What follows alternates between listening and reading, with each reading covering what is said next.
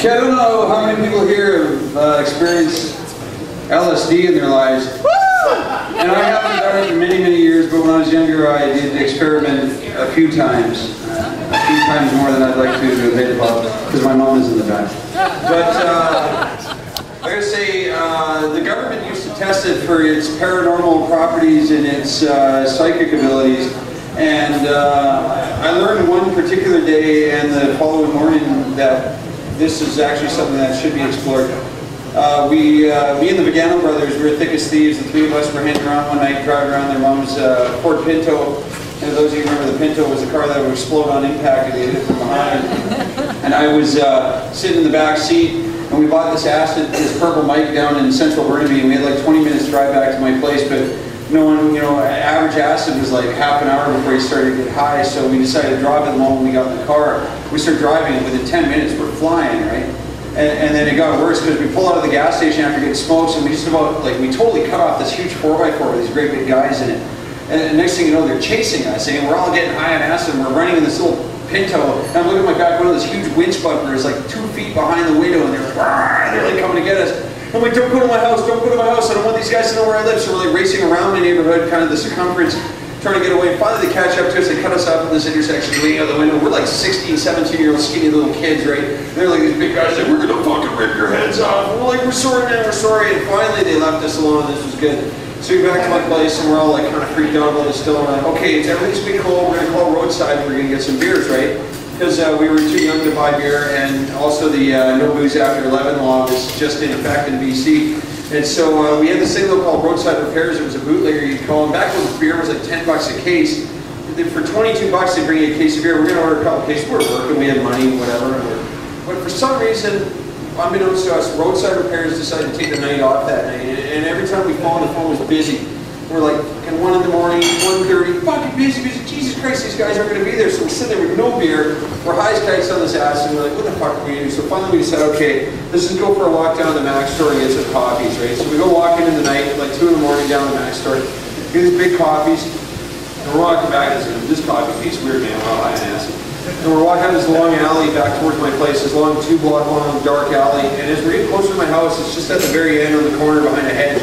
We hear this big V8 engine racing up and down the streets. We're like, what the fuck is that? And it's like, and we're like, fuck, it's getting closer.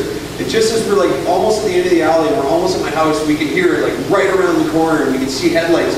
We're like, what the fuck? We come running around the corner. These guys are like pushing. It's the same 3 bullies, and they're pushing the Pinto. It's in park with the e-brake on. They're pushing it down the street. The car's sliding. So we're like, holy fuck! We go right into the house.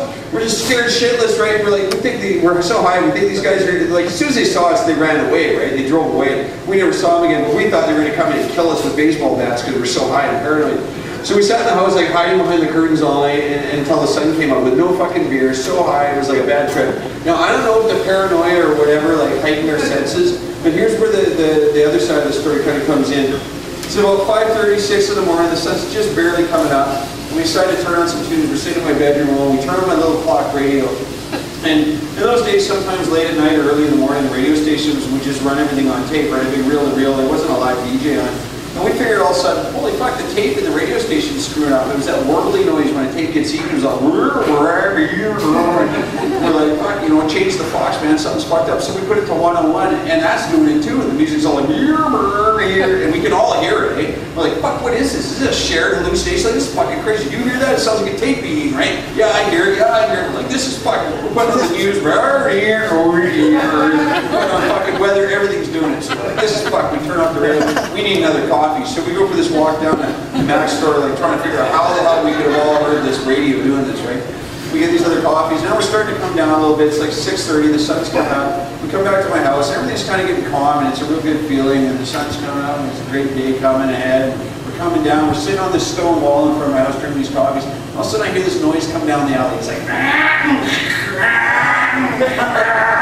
it's not a big V8 engine, it ain't the bullies, it's some little piece of shit 4-cylinder with no muffler, and we're listening, and all of a sudden, I'd never seen this thing before, and I never saw it again after this day. But all of a sudden, just before it came, I said, fuck, you guys gotta see this piece of shit little truck. You gotta see it. And it came around the corner, and it was like this old 72 Toyota truck, and every fucking panel on it was a different color, and beat to shit, and the glass was all smashed out, had no windshield, had no driver's door. And there was a big fat guy with a beard driving it, and 2 chicks all stuffed into the cab beside him. They're all laughing and having a good time. This thing goes like,